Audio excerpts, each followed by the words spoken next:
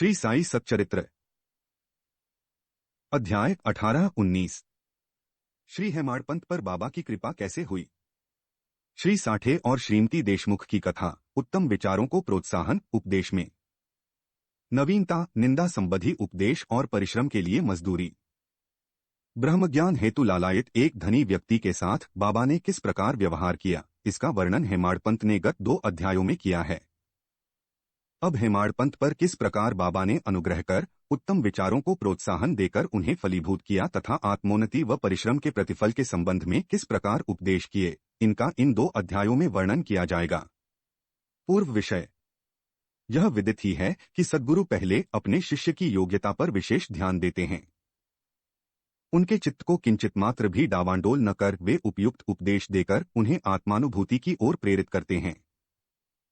इस संबंध में कुछ लोगों का विचार है कि जो शिक्षा या उपदेश सद्गुरु द्वारा प्राप्त हो उसे अन्य लोगों में प्रसारित न करना चाहिए। उनकी ऐसी भी धारणा है कि उसे प्रकट कर देने से उसका महत्व घट जाता है। यथार्थ में यथ दृष्टिकोण संकुचित है। सद्गुरु तो वर्षा ऋतु के मेघसदृश हैं, जो सर्वत्र एक समान बरसते हैं, अर्थात वे अपने अमृततुल्य उपदेशों को विस्तृत क्षेत्र में प्रसारित करते हैं।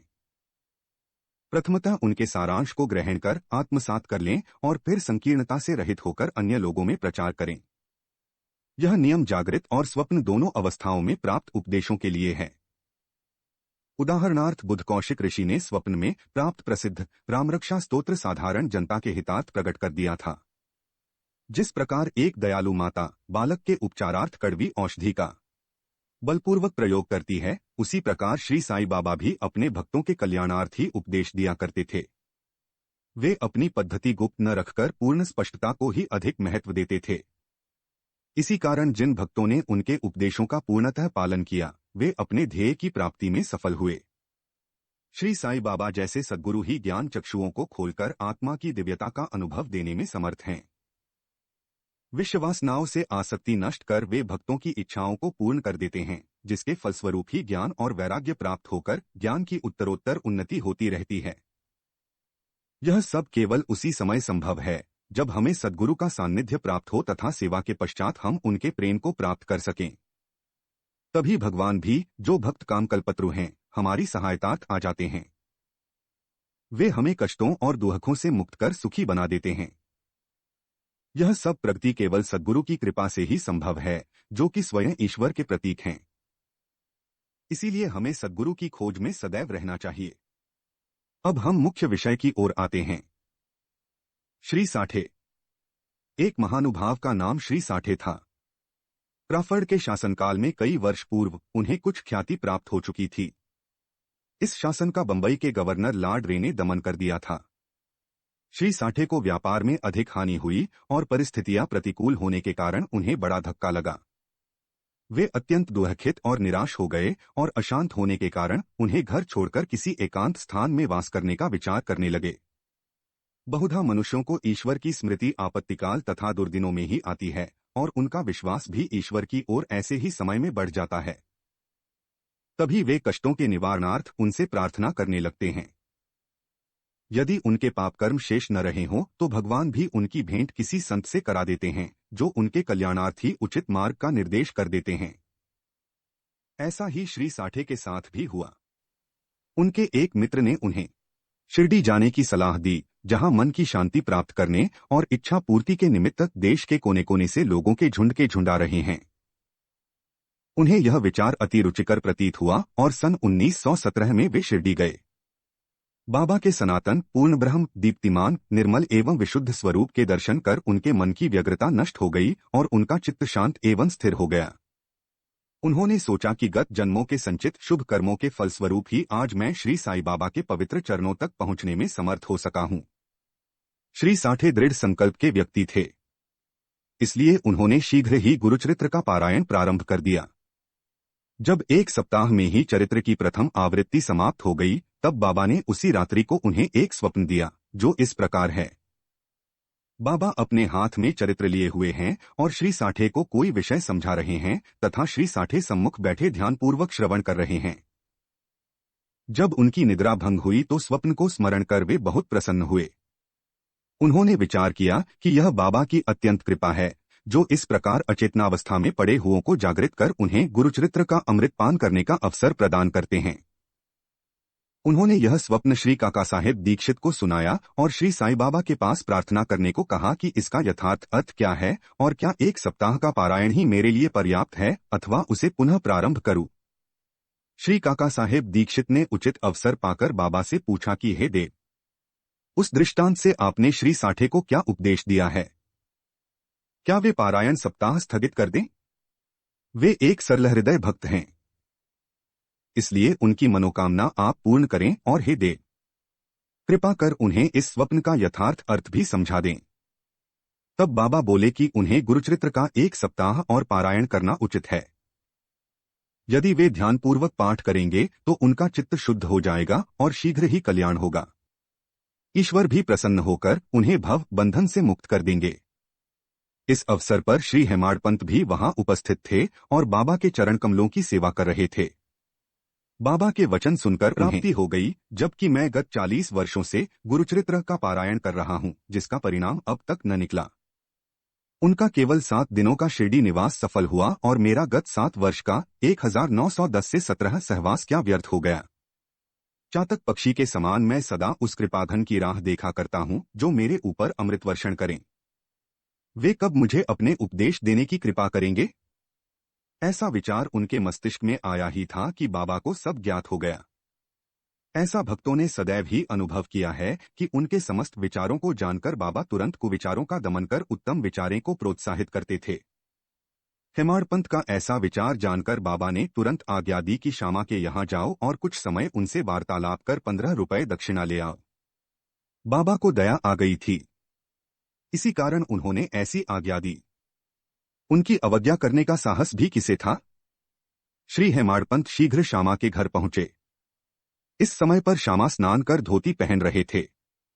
उन्होंने बाहर आकर हेमाडपंत से पूछा कि आप यहाँ कैसे? जान पड़ता है कि आप मस्जिद से ही आ रहे हैं, तथा आप ऐसे व्यथित और उदास क्यों हैं? आप अकेले ही क्यों आए हैं? आइए बैठिए और थोड़ा विश्राम तो करिए। जब तक मैं पूजनादि से भी निवृत्त हो जाऊं, तब तक आप कृपा करके पान आदि लें।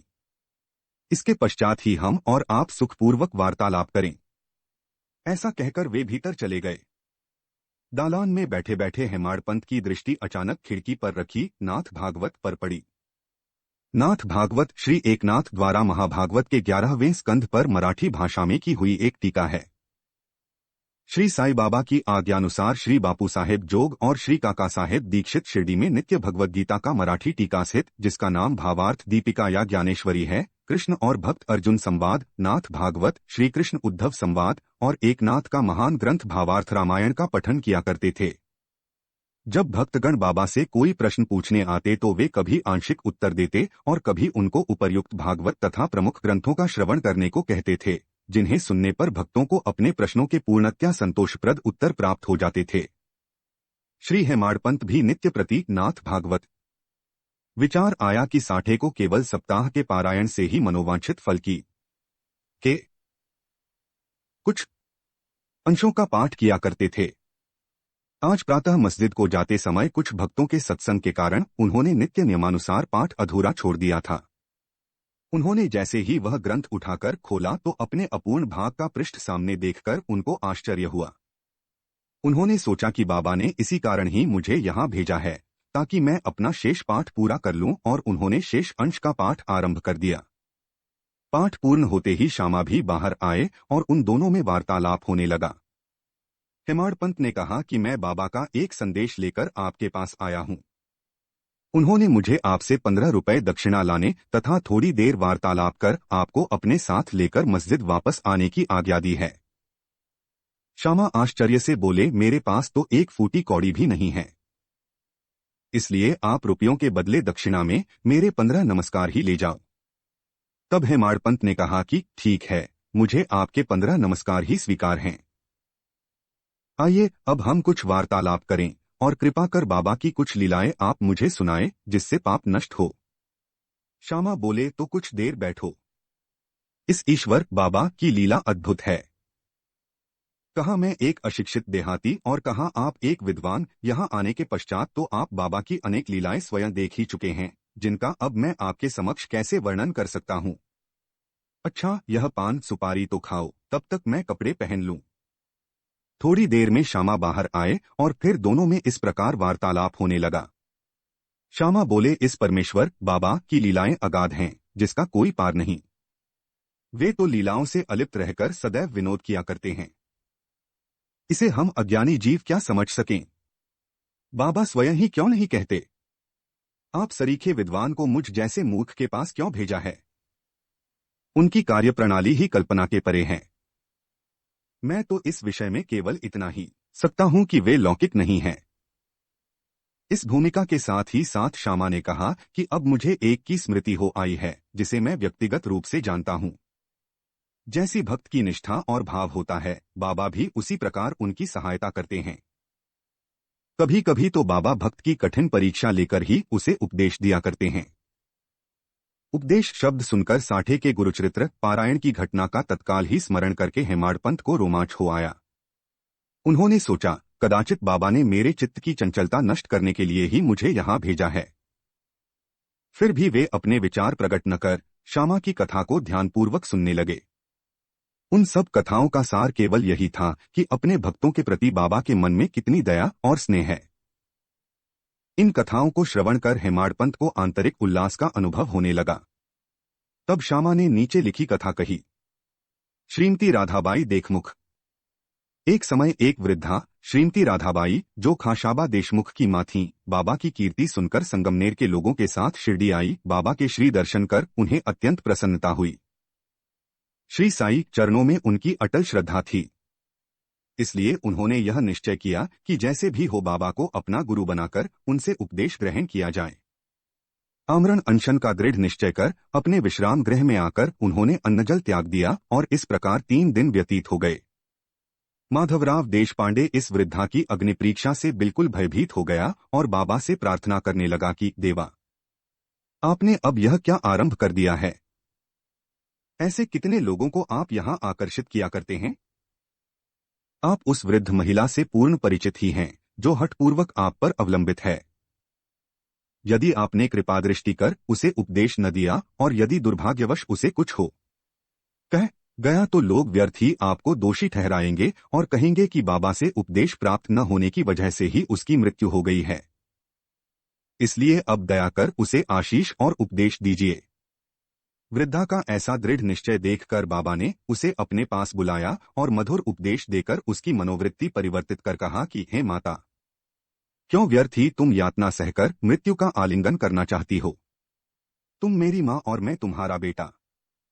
तुम मुझ पर दया करो और जो कुछ मैं कहूँ उसे ध्यानपूर्वक सुनो। मैं अपनी स्वयं की कथा तुमसे कहता हूँ और यदि तुम उसे ध्यानपूर्वक श्रवण करोगी तो तुम्हें अवश्य परम शांति प्राप्त होगी।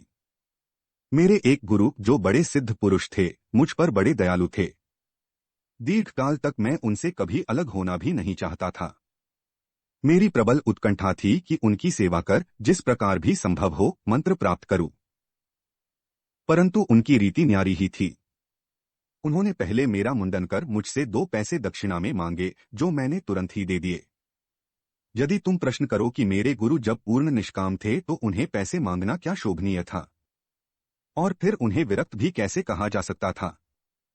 इसका उत्तर केवल यह है कि वे कंचन को ठुकराया करते थे, क्योंकि उन्हें उसकी स्वप्न में भी आवश्यकता न थी। उन 2 पैसों का अर्थ था 1 दृढ़ निश्चय और 2 धैर्य। जब मैंने ये दोनों वस्तुएं उन्हें अर्पित कर दीं तो वे अत्यंत प्रसन्न हुए। मैंने 12 वर्ष उनके श्री चरणों की सेवा में ही व्यतीत किए। उन्होंने ही मेरा भरण पोषण किया। आथ मुझे भोजन और वस्त्रों का कोई अभाव न था। वे प्रेम की मूर्ति थे, अथवा यूं कहो कि वे प्रेम के साक्षात अवतार थे। मैं उनका वर्णन ही कैसे कर सकता हूं, क्योंकि उनका तो मुझ पर अधिक स्नेह था और उनके समान कोई बिरला ही गुरु मिलेगा। जब मैं उनकी ओर निहारता तो मुझे ऐसा प्रतीत होता कि वे गंभीर मुद्रा में ध्यानमग्न हैं, और तब हम दोनों आनंदित हो जाते थे। 8वें प्रहर में एकटक उनके ही श्रीमुख की ओर निहारा करता था। मैं भूख और प्यास की सुध-बुध खो बैठा। उनके दर्शनों के बिना मैं अशांत हो उठता था।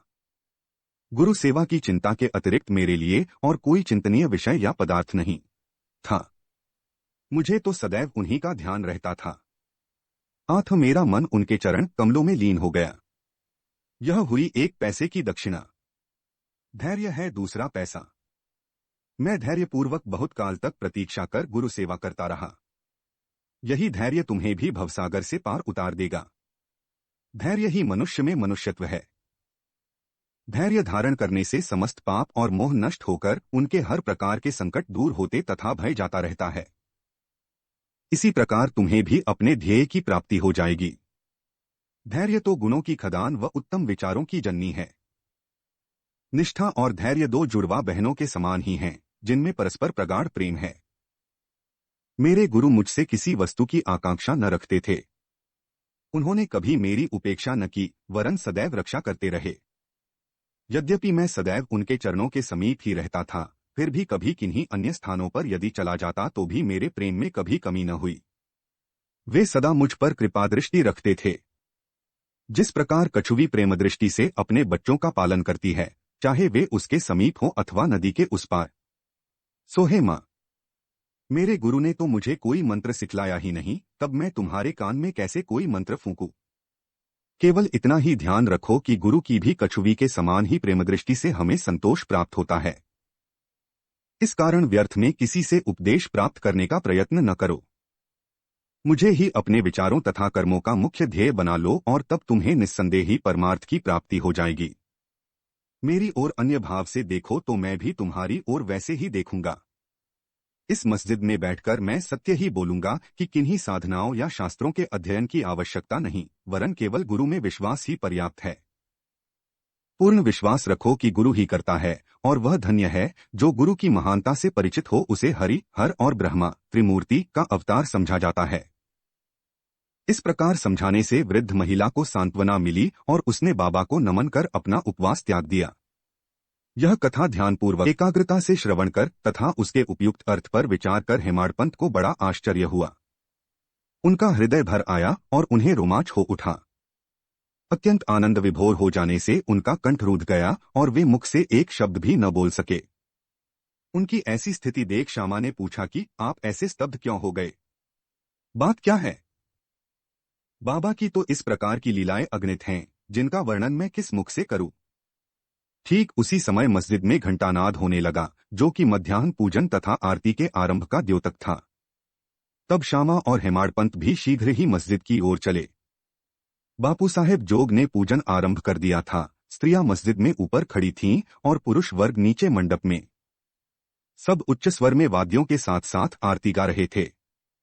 तभी हेमाडपंत का हाथ पकड़े हुए श्यामा भी ऊपर पहुंचे और वे बाबा के दाहिनी ओर तथा हेमाडपंत बाबा के सामने बैठ गए।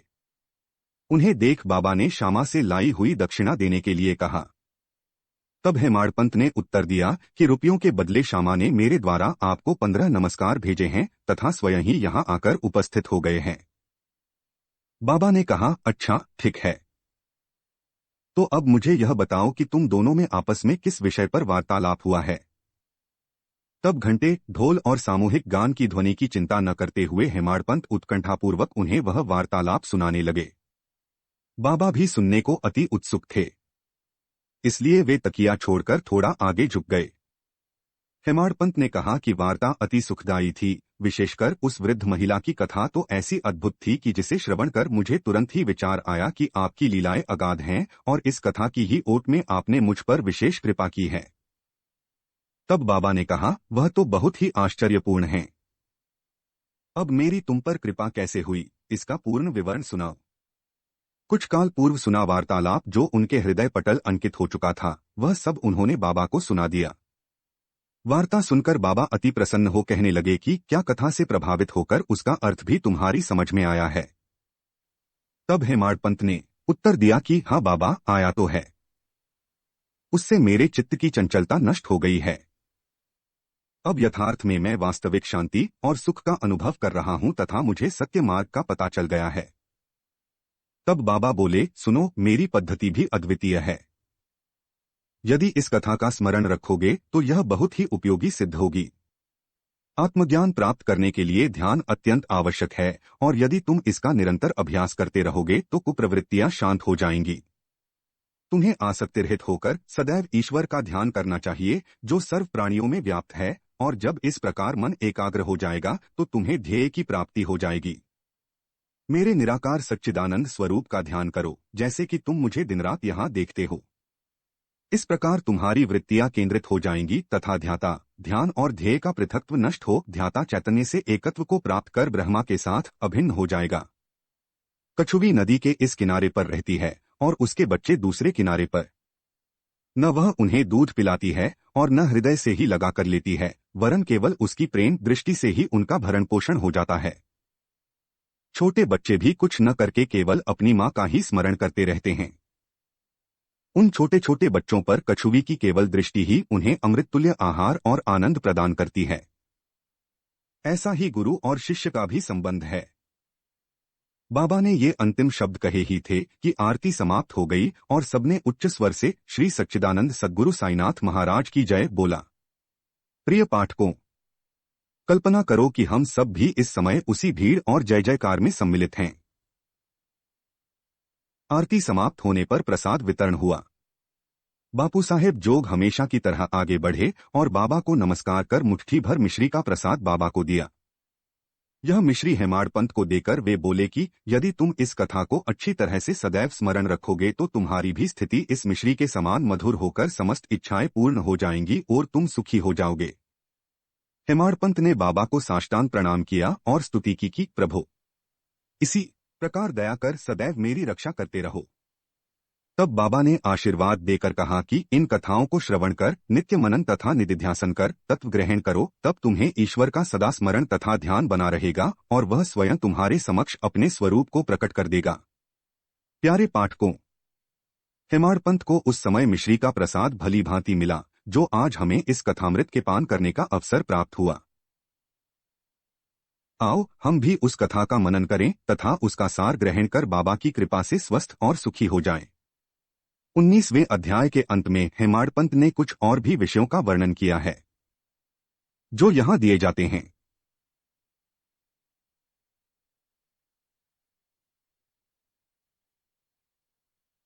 अपने बर्ताव के संबंध में बाबा का उपदेश। नीचे दिए हुए अमूल्य वचन सर्वसाधारण भक्तों के लिए हैं और यदि उन्हें ध्यान में रखकर आचरण में लाया गया तो सदैव ही कल्याण होगा। जब तक किसी से कोई पूर्व नाता या संबंध न हो तब तक कोई किसी के समीप नहीं जाता। यदि कोई मनुष्य या प्राणी तुम्हारे समीप आए तो उसे घृणा से न ठुकराओ, उसका स्वागत कर आदरपूर्वक बर्ताव करो। यदि त्रिषित को जल, क्षुधा, पीड़ित को भोजन, नंगे को वस्त्र और आगंतुक को अपना दालान विश्राम करने को दोगे तो भगवान श्रीहरि तुमसे निस्संदेह प्रसन्न होंगे। यदि कोई तुमसे द्रव्य याचना करे और तुम्हारी इच्छा देने की न हो तो न दो, परंतु उसके साथ अभद्र व्यवहार न करो। तुम्हारी कोई कितनी ही निंदा क्यों न करे, फिर भी कटु उत्तर देकर तुम उस पर क्रोध न करो। यदि इस प्रकार ऐसे प्रसंगों से सदैव बचते रहे तो यह निश्चित ही है कि तुम सुखी रहोगे। संसार चाहे उलट-पलट हो जाए, परंतु तुम्हें स्थिर रहना चाहिए। सदा अपने स्थान पर दृढ़ रहकर गतिमान दृश्य को शांतिपूर्वक देखो। एक को दूसरे से अलग रखने वाले भेद, द्वैत की दीवार नष्ट कर दो, जिससे अपना मिलन पथ सुगम हो जाए। द्वैत भाव अर्थात मैं और तू की भेदवृत्ति है जो शिष्य को अपने गुरु से पृथक कर देती है। इसलिए जब तक इसका नाश न हो जाए तब तक अभिन्नता प्राप्त करना संभव नहीं है। अल्लाह मालिक अर्थात ईश्वर ही सर्वशक्तिमान है और उसके सिवा अन्य कोई संरक्षण करता नहीं है। उनकी कार्य प्रणाली अलौकिक, अनमोल और कल्पना से परे है। उनकी इच्छा से ही सब कार्य होते हैं। वे ही मार्ग प्रदर्शन कर सभी इच्छाएं पूर्ण करते हैं। ऋणानुबंध के कारण ही हमारा समागम होता है, इसलिए हमें परस्पर प्रेम कर एक दूसरे की सेवा कर सदैव संतुष्ट रहना चाहिए। जिसने अपने जीवन का ध्येय ईश्वर दर्शन पा लिया है वही धन्य और सुखी है। दूसरे तो केवल कहने को ही जब तक प्राण हैं तब तक जीवित हैं। उत्तम विचारों को प्रोत्साहन। यह ध्यान देने योग्य बात है कि श्री साईं बाबा सदैव उत्तम विचारों को प्रोत्साहन दिया करते थे। इसलिए यदि हम प्रेम और भक्तिपूर्वक अनन्य भाव से उनकी शरण जाएं तो हमें अनुभव हो जाएगा कि वे अनेक अवसरों पर हमें किस प्रकार सहायता पहुंचाते हैं। किसी संत का कथन है कि यदि प्रातःकाल तुम्हारे हृदय में कोई उत्तम विचार उत्पन्न हो और यदि तुम उसका स्मरण दिन भर करो तो वह तुम्हारा विवेक अत्यंत विकसित और चित्त प्रसन्न कर देगा। हेमाडपंत भी इसका अनुभव करना चाहते थे। इसलिए इस पवित्र शिरडी भूमि पर अगले गुरुवार के समूच दिन नामस्मरण और कीर्तन में ही व्यतीत करूं, ऐसा विचार कर वे सो गए। दूसरे दिन प्रातःकाल उठने पर उन्हें सहज ही राम नाम का स्मरण हो आया, जिससे वे प्रसन्न हुए और नित्य कर्म समाप्त कर कुछ पुष्प लेकर बाबा के दर्शन करने गए। जब वे दीक्षित वाड़ा पर कर बूटी वाड़े के समीप से जा रहे थे तो उन्हें एक मधुर भजन की ध्वनि जो मस्जिद की ओर से आ रही थी सुनाई पड़ी। एकनाथ का यह भजन औरंगाबाद कर मधुर लयपूर्वक बाबा के समक्ष गा रहे थे। गुरुकृपा अंजन पायो मेरे भाई, राम बिना कुछ मानत नाही, ध्री अंदर रामा बाहर रामा, सपने में देखत सीताराम। एक गुरु डॉट जागत रामा सोवत रामा, जहां देखे वहीं पूरन कामा। 2 गुरु डॉट एका जनार्दनी अनुभव नीका, जहां देखे वहां राम सरीखा। 3 गुरु डॉट भजन अनेकों हैं परंतु विशेषकर यह भजन ही क्यों औरंगाबाद करने चुना? क्या यह बाबा द्वारा ही संयाजित विचित्र अनुरूपता नहीं है? और क्या यह हेमाडपंत के पिछले दिन अखंड राम नाम स्मरण के संकल्प को प्रोत्साहन देना नहीं है? सभी संतों का इस संबंध में एक ही मत है और सभी राम नाम के जाप को प्रभावकारी तथा भक्तों की इच्छापूर्ति और सभी कष्टों से छुटकारा पाने के लिए इसे एक अमोघ उपाय बतलाते हैं। निंदा संबंधी उपदेश। उपदेश देने के लिए किसी विशेष समय या स्थान की प्रतीक्षा न कर बाबा यथायोग्य समय पर ही स्वतंत्रतापूर्वक उपदेश दिया करते थे। एक बार एक भक्त ने बाबा की अनुपस्थिति में दूसरे लोगों के सम्मुख किसी की निंदा की। गुणों की उपेक्षा कर उसने अपने भाई के दोषारोपण में इतने बुरे कटु वाक्यों का प्रयोग किया कि सुनने वालों को भी उसके प्रति घृणा होने लगी। बहुधा देखने में आता है कि लोग व्यर्थ ही दूसरों की निंदा कर झगड़ा और बुराइयां उत्पन्न करते हैं। संत तो निंदा को दूसरी ही दृष्टि से देखा करते हैं। उनका कथन है कि शुद्धि के लिए अनेक विधियों में मिट्टी, जल और साबुन पर्याप्त है, परंतु निंदा करने वालों की उपयोगिता भिन्न ही होती है। वे दूसरों के दोषों को केवल अपनी जिह्वा से ही दूर करते हैं और इस प्रकार वे दूसरों की निंदा कर उनका उपकार ही किया करते हैं, जिसके लिए वे धन्यवाद के पात्र है। निंदक को उचित मार्ग पर लाने के लिए साईं बाबा की पद्धति सर्वथा ही भिन्न थी। वे तो सर्वज्ञ थे ही, इसलिए उस निंदक के कार्य को वे समझ गए। मध्याह्न काल में जब लेंडी शिरडी गांव के पास से बहने वाला नाला के समीप उससे भेंट हुई तब उन्होंने विष्ठा खाते हुए एक सुअर की ओर उंगली उठाकर उससे कहा कि देखो वह कितने प्रेमपूर्वक विष्ठा खा रहा है। तुम जी। 1 निंदक नेरे राखिए आंगन कुटी छवाए, बिन पानी साबुन बिना निर्मल करत सुभाए कबीर। 1 निंदक नेरे राखिए आंगन कुटी छवाए, बिन पानी साबुन बिना निर्मल करत सुभाए कबीर। भरकर अपने भाइयों को सदा अपशब्द कहा करते हो और यह तुम्हारा आचरण भी ठीक उसी के सदृश ही है। अनेक शुभ कर्मों के परिणामस्वरूप ही तुम्हें मानवतन प्राप्त हुआ और इसलिए यदि तुमने इसी प्रकार आचरण किया तो शिरडी तुम्हारी सहायता क्या कर सकेगी। भक्त ने उपदेश ग्रहण कर लिया और वहां से चला गया। इस प्रकार प्रसंगानुसार ही वे उपदेश दिया करते थे। यदि उन पर ध्यान देकर नित्य उनका पालन किया जाए तो आध्यात्मिक ध्येय अधिक दूर न होगा। एक कहावत प्रचलित है कि यदि मेरा श्रीहरि होगा तो वह मुझे चारपाई पर बैठे बैठे ही भोजन पहुंचाएगा। यह कहावत भोजन और वस्त्र के विषय में सत्य प्रतीत हो सकती है, परंतु यदि कोई इस पर विश्वास कर आलस्यवश बैठा रहे तो वह आध्यात्मिक क्षेत्र में कुछ भी प्रगति न कर उल्टे पतन के घोर अंधकार में निमग्न हो जाएगा। इसलिए आत्मानुभूति प्राप्ति के लिए प्रत्येक को अनवरत परिश्रम करना चाहिए और जितना प्रयत्न वह करेगा उतना ही उसके लिए लाभप्रद भी होगा। बाबा ने कहा कि मैं तो सर्वव्यापी हूँ और विश्व के समस्त भूतों तथा चराचर में व्याप्त रहकर भी अनंत हूँ। केवल उनके भ्रम निवारणार्थी जिनकी दृष्टि में वे 3.5 हाथ के मानव थे स्वयं सगुण रूप धारण कर अवतीर्ण हुए। इसलिए जो भक्त अनन्य भाव से उनकी शरण आए और जिन्होंने दिन रात ही उनका ध्यान किया उन्हें उनसे अभिन्नता प्राप्त हुई। जिस प्रकार की माधुर्य और मिश्री, लहर और समुद्र तथा नेत्र और कांति में अभिन्नता हुआ करती है। जो आवागम के चक्र से मुक्त होना चाहें वे शांत और स्थिर होकर अपना धार्मिक जीवन व्यतीत करें।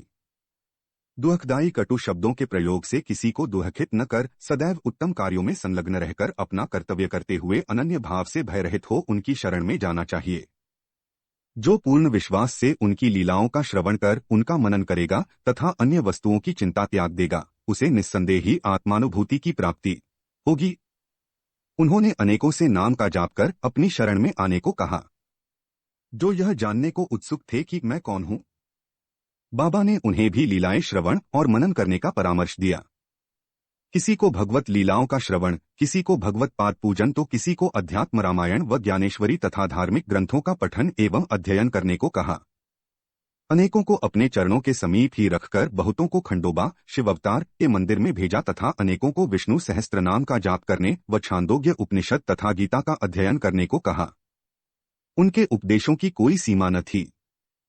उन्होंने किन्हीं को प्रत्यक्ष और बहुतों को स्वप्न में दृष्टांत दिए। एक बार वे एक मदिरासेवी के स्वप्न में प्रकट होकर उसकी छाती पर चढ़ गए और जब उसने मद्यपान त्यागने की शपथ खाई तभी उसे छोड़ा। किसी किसी को मंत्र जैसे गुरु ब्रह्मा आदि का अर्थ स्वप्न में समझाया तथा कुछ हठ योगियों को हठयोग छोड़ने का निर्देश देकर चुपचाप बैठ धैर्य रखने को कहा। उनसे सुगम पथ और विधि का वर्णन ही असंभव है। साधारण सांसारिक व्यवहारों में उन्होंने अपने आचरण द्वारा ऐसे अनेकों उदाहरण प्रस्तुत किए, जिनमें से एक यहाँ नीचे दिया जाता है। परिश्रम के लिए मजदूरी। एक दिन बाबा ने राधाकृष्ण माई के घर के समीप आकर एक सीढ़ी लाने को कहा। तब एक भक्त सीढ़ी ले आया और उनके बतलाए अनुसार वामन गोंदकर के घर पर उसे लगाया। वे उनके घर पर चढ़ गए और राधाकृष्ण माई के छप्पर पर से होकर दूसरे छोर से नीचे उतर आए। इसका अर्थ किसी की समझ में न आया। राधाकृष्ण माई इस समय ज्वर से कांप रही थीं। इसलिए हो सकता है कि उनका ज्वर दूर करने के लिए ही उन्होंने ऐसा किया हो। नीचे एक गुरुर्ब्रह्मा गुरुर्विष्णु गुरुर्देवो महेश्वरः गुरुः साक्षात् परब्रह्म तस्मै श्री गुरुवे नमः। उतरने के पश्चात शीघ्र ही उन्होंने सीढ़ी लाने वाले को 2 रुपए पारिश्रमिक स्वरूप दिए।